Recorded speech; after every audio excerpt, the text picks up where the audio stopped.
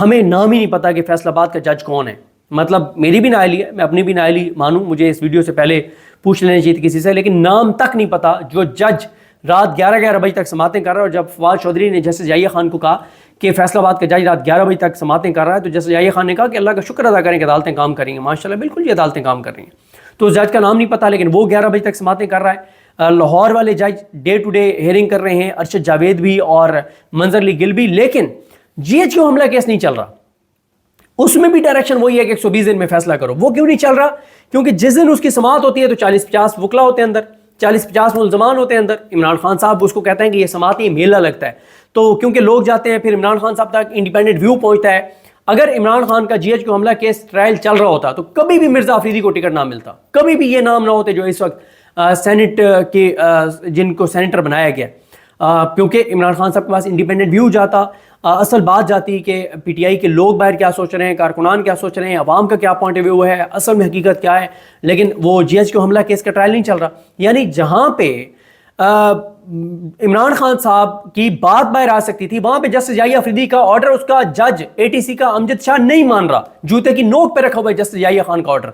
اور جہاں پہ پی ٹی آئی والوں کو سزائیں دینی ہے, وہاں نعیم شیخ بھی روزانہ سماعتیں کر رہا ہے, وہاں فیصل آباد والا جج بھی روزانہ سماعتیں کر رہا ہے, وہاں ارشد جاوید بھی روزانہ سماعتیں کر رہا ہے, وہاں منظر علی گل بھی روزانہ سماعتیں کر رہا ہے. وہاں پہ جسٹس یحییٰ خان کا آرڈر مانا جا رہا ہے. کیوں؟ کیونکہ پی ٹی آئی والوں کو سزائیں دینی ہے. جہاں پہ عمران خان کو سزا اس میں بھی ہونی ہے, جی ایچ کیو حملہ کیس میں بھی, لیکن وہاں پہ نقصان یہ تھا کہ روزانہ عمران خان تک انڈیپینڈنٹ بات پہنچتی, کئی چابی والے کھلونے پی ٹی آئی سے فارغ ہو جاتے, ان کو تو فارغ نہیں ہونے دینا نا. اس لیے امجد شاہ نہیں مان رہا. جو اسلام آباد میں سب سے قریبی جج بیٹھا ہے پنجاب کا, پنڈی والا, وہ جسٹس یحییٰ خان کا آرڈر کو جوتے کی نوک پہ رکھ رہا ہے. اور جسٹس یحییٰ خان کو بھی کوئی مسئلہ نہیں ہے, اوکے ہے, ان کو کوئی مسئلہ نہیں, کوئی بھی ایکشن نہیں لیتے. لیکن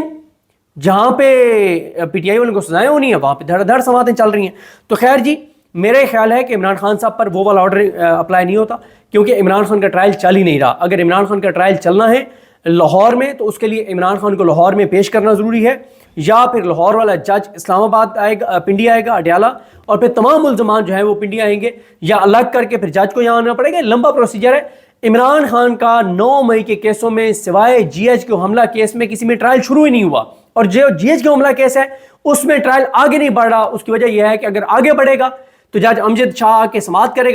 کرے گا تو پھر عمران خان کے وکلا ہوں گے اور ملزمان ہوں گے, تو پھر عمران خان کی بات باہر آئے گی. تو وہاں پہ وہ ٹرائل نہیں چل رہا. لہٰذا 120 دن میں ٹرائل مکمل کرنے والا فیصلہ سپریم کورٹ کا جسٹس یحییٰ خان کا, وہ عمران خان پر اپلائی نہیں ہوتا. لہٰذا عمران خان صاحب کے چانسز ہیں کہ ان کو ضمانت مل جائے گی, لیکن ان کو ضمانت مل بھی جائے تو القادر کیس ان کا نہیں سنا جا رہا. اور القادر کیس جو ہے وہ جسٹس ڈوگر نہیں لگا رہا. وہ جسٹس ڈوگر جس کو جسٹس یحییٰ خان لائے ہیں ٹرانسفر کر کے, اور اعتراف کرتے ہیں کہ میں لایا ہوں جسٹس یحییٰ افریدی, اور جشن مناؤ, خوشیاں مناؤ کہ پنجابی بولنے والا میں جج لے کر آیا ہوں, اور کیا خوبصورت جج میں لے کر آیا ہوں. پھر عمران خان کا توشہ خانہ 2 بریت کیس انعام امین منہاس 7 ماہ سے نہیں سن رہا. یہ جسٹس انعام امین منہاس کو بھی لگانے والے جسٹس یحییٰ افریدی ہیں. پھر عمران خان صاحب جو ہیں ان کا توشہ خانہ 2 کا ٹرائل اڈیالہ میں چل رہا ہے, ڈے ٹو ڈے نہیں چل رہا, ہفتے میں 2-3 سماعتیں ہو رہی ہیں, تیزی سے چل رہا ہے. اس میں بھی عمران خان کو سزا ہونے جا رہی ہے. فیملی کی اس میں کوئی فیملی کو نہیں جانے دیا جا رہا, وکلا کو نہیں جانے دیا جا رہا, اور ان کے عمران خان صاحب کے وکلا, legal team, I L F legal team, کوئی بھی جسٹس یحییٰ خان کو جا کے نہیں بتا رہا اوپن کورٹ میں کہ آپ کی عدالتیں یہ کر رہی ہیں کہ عمران خان کی فیملی کو الاؤ نہیں کیا جا رہا, یا کم از کم اسلام آباد کورٹ میں آ کر رولا ڈالیں, وہاں یہ کیس لگوائیں کہ فیملی کو الاؤ نہیں کیا جا رہا. اور جب وہ کیس لگے اس کے اوپر کچھ نہ ہو, انٹرم آرڈر ہے, انٹرم آرڈر کو سپریم کورٹ میں چیلنج کر دیں اور ایک دباؤ بڑھائیں, اور لگانا پڑے گا جسٹس یحییٰ افریدی کو. میں یہ آپ کو پورے وثوق سے کہہ رہا ہوں, فیصلہ کچھ بھی کریں ان کو وہ کیس لگانا پڑے گا اگر P T I interim order Islamabad court کا چیلنج کر دے گی یہ فیملی کی رسائی والا. اب آ جائیں جناب عمران خان صاحب کے دبنگ کھلاڑی, عمران خان کے وفادار سپاہی اور کھلاڑی جمشید دستی, وہ ان کا کیس جو ہے وہ جسٹس عالیہ نیلم نے بالآخر لگا دیا ہے. اور 5-6 دن سے بہت سے سوشل میڈیا پہ لوگ اس پہ آواز اٹھا رہے تھے, اور اس کی وجہ یہ ہے کہ دیکھیں جمشید دستی ان لوگوں میں سے ہیں جن کے حوالے سے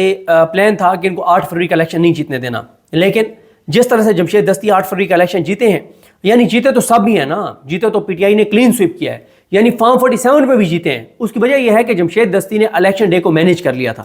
جمشید دستی کے ساتھ 200-250 جانثار تھے, اور وہاں جو انتظامیہ ہے DPO اور DC، انہوں نے وہاں جو ایک صاحب بیٹھے تھے جو یہ فیصلے کر رہے تھے کہ اس کا فارم 47 جاری کروا دو، اس کا جاری کروا دو، تو اس صاحب کو DC نے اور DPO نے کہا کہ یہ جمشید دستی کو آپ تو پتہ نہیں کہاں سے آئے ہیں، آپ مظفر گڑھ کے ڈائنامکس کو نہیں جانتے، تو صاحب جمشید دستی ہے یہ، اس کے ساتھ 250 جانثار ہیں، یہ جانے تو دے دیں گے اور جانے لیں گے بھی صحیح، لیکن یہ ایسے نہیں جانے دیں گے۔ صاحب نے کہا نہیں جمشید دستی کا اوپر سے حکم ہے کہ اس کو نہیں جو ہے نا وہ بننے دینا۔ انہوں نے کہا سر 50-60 لاشیں گر جائیں گی۔ اس نے کہا پھر کیا ہے؟ انہوں نے کہا ایسا خدا کا خوف کریں، یہ یہاں پہ آگ لگ جائے گی مظفر گڑھ میں، سینکڑوں لوگوں کی جانیں چلی جائیں گی، اب کیا کر رہے ہیں؟ DPO اور DC انہوں نے ہاتھ کھڑے کر دیے، انہوں نے کہا یہ جمشید دستی ہے، اس کو آپ جانتے نہیں ہیں، اس کی پینیٹریشن ہے لوگوں میں، عام لوگ اس کے ساتھ ہیں، اور 200-250 اس کے وہ جانثار ہیں جو اس کے لیے جان دے بھی سکتے ہیں اور جان لے بھی سکتے ہیں، یا نہیں ہو سکتا۔ اس طرح سے پھر جمشید دستی کا فارم 47 جاری ہوا، کیونکہ جمشید دستی نے الیکشن ڈے پہ جمشید دستی نے اور اس کے جانثاروں نے پہرا دیا اور فارم 47 لیا، اپنا حق لیا۔ اب اس جمشید دستی کے خلاف کام شروع ہو گیا،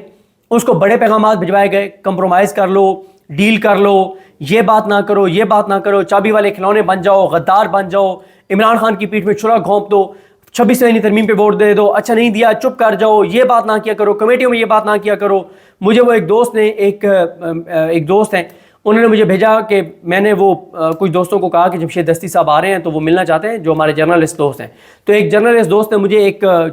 کلپ بھیجا، کہتے ہیں اگر جمشید دستی یہ باتیں کرے گا پھر اس نے DC سیٹ تو ہونا تھا۔ اور وہ باتیں وہی تھیں جو عام پاکستانیوں کی بات ہے، جو پاکستان کے وفاداروں کی بات ہے، جو محب وطن پاکستانیوں کی بات ہے، جو پاکستان سے وفا کرنے والوں کی بات ہے، جنہوں نے اس مٹی میں دفن ہونا ہے، جن کے اپنے اس مٹی میں دفن ہے، جن کے بیرون ملک اثاثے اور جائیدادیں نہیں ہیں، جن کے مفادات بیرونی اداروں کے ساتھ نہیں ہیں، جن کے مفادات امریکہ کے ساتھ نہیں ہیں، جن کے مفادات پاکستان کو کمزور کرنے والی قوتوں کے ساتھ نہیں ہیں، ہر اس پاکستانی کے وہی جذبات ہیں جو جمشید دستی کے جذبات ہیں۔ اس نے کہا کہ جمشید دستی اگر یہ باتیں کمیٹیوں میں بیٹھ کے کرے گا پھر اس نے DC سیٹ تو ہونا تھا، لیکن جمشید دستی DC سیٹ ہو گیا، لیکن عمران خان سے غداری اور بے وفائی نہیں کی۔ اب جمشید دستی صاحب جو ہیں، ایک اور بات بھی آپ کو بتا دوں کہ الیکشن کمیشن بڑے تیزی سے کروانے جا رہا ہے ان کے حلقے میں اور کچھ اور حلقوں میں۔ اب اس میں بھی پلان یہ ہے کہ جمشید دستی کو اریسٹ کیا جائے، کیونکہ یہ بات پتہ ہے کہ اگر جمشید دستی حلقے میں رہا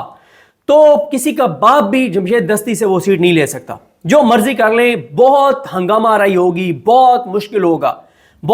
ہوگا فارم 47 جعلی تیار کرنا۔ تو جمشید دستی کو آپ گرفتار کرنا بھی ہے کوئی کسی اور کیس میں تاکہ وہ حلقے میں نہ ہو جب الیکشن ہو۔ اب وہ یہ کہ جمشید دستی صاحب کے خلاف جب یہ فیصلہ آیا، آئی تھنک 15-16 جولائی کو آیا، جمشید دستی صاحب نے چیلنج کیا اس کو ملتان بینچ میں۔ جسٹس صداقت علی خان صاحب نے جناب سماعت ہی نہیں کی اوپن کورٹ میں، اور جسٹس صداقت علی خان صاحب نے یہ پتہ نہیں اوپن کورٹ میں سماعت کی بھی، لیکن کوئی ڈیٹیل اس کی نہیں آئی، لیکن ہوا یہ کہ صداقت علی خان صاحب نے بجائے سٹے دینے کے الیکشن کمیشن کے فیصلے پر، موصوف نے معاملہ بھیج دیا جسٹس عالیہ نیلم کو کہ جناب یہ کیس آف فاسٹ امپریشن ہے، حالانکہ اس کے اوپر درجنوں فیصلے موجود ہیں، لیکن موصوف لکھتے ہیں کہ یہ کیس آف فاسٹ امپریشن ہے، لہٰذا میں اس کو بھیج رہا ہوں جسٹس عالیہ نیلم کے پاس کہ وہ اس پہ لارجر بینچ بنائے۔ اب عالیہ نیلم صاحبہ رکھ کے بیٹھ گئی فائل، وہ لارجر بینچ نہیں بنا رہی تھی، لیکن یہ بھی جمشید دستی ہے، جمشید دستی نے رولا ڈال دیا سوشل میڈیا پہ ہر جگہ، اس نے کہا میرا کیس نہیں لگا رہی جسٹس عالیہ نیلم۔ اب محترمہ نے عالیہ نیلم صاحبہ نے بینچ جو بنایا ہے، ماشاءاللہ بینچ کے نام سنے، عالیہ نیلم صاحبہ خود، ان کے ساتھ حسن نواز مخدوم ایڈیشنل جج اور خالد اسحاق ایڈیشنل جج جو بھی کنفرم بھی نہیں ہوئے، 26ویں ترمیم کی پیداوار جج جن کو نون لیگ اور پیپلز پارٹی نے لگایا ہے، اور ان میں سے ایک جو ہیں وہ نون لیگ کے شاید ایڈوکیٹ جنرل تھے اور ایک پیپلز پارٹی کے بڑے قریبی ہیں۔ اور یہ بات آپ کو یہ بھی بتاتا چلوں کہ جمشید دستی صاحب نے پیپلز پارٹی والے کو 41,256 ووٹوں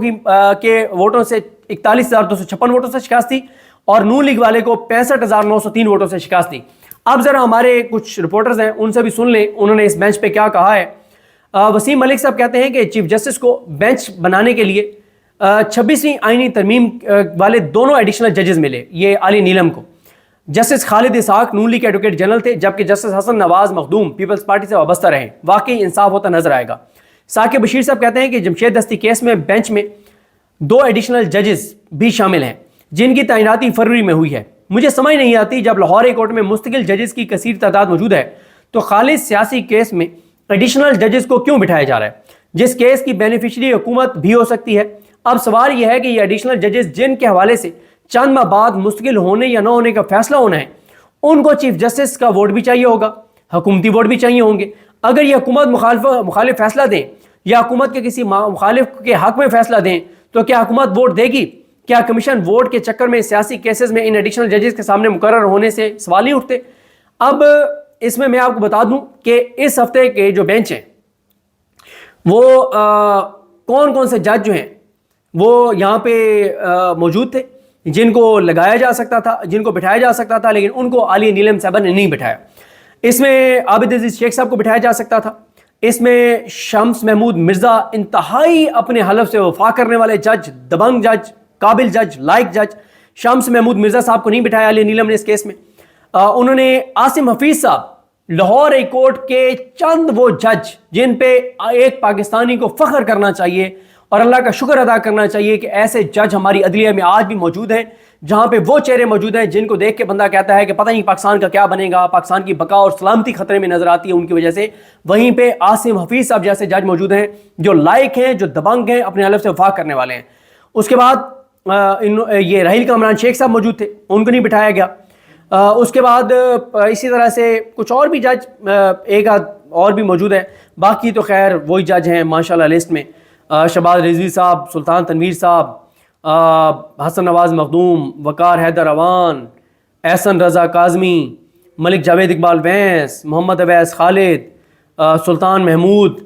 پتہ نہیں ان کا مجھے نہیں پتا, سوری سلطان محمود صاحب کو مجھے نہیں پتا, تو غضنفر علی خان, تنویر احمد شیخ, طارق محمود باجوہ. تو بہرحال جی اگر اس میں عاصم حفیظ صاحب کو بٹھایا جاتا, اچھا آپ دیکھیں نا کہ 2 رکنی بینچ موجود تھا شمس محمود مرزا کا اور رحیل کامران شیخ صاحب کا, ایک اور جج ایڈ کرتے اور ان کے سامنے لگا دیتے, لیکن نہیں. اسی طرح سے عابد عزیز شیخ صاحب کا بھی بینچ تھا. اچھا بہرحال جی یہ آپ نے سن لیا کہ یہ آپ بینچ جو بنایا گیا ہے, لیکن اس میں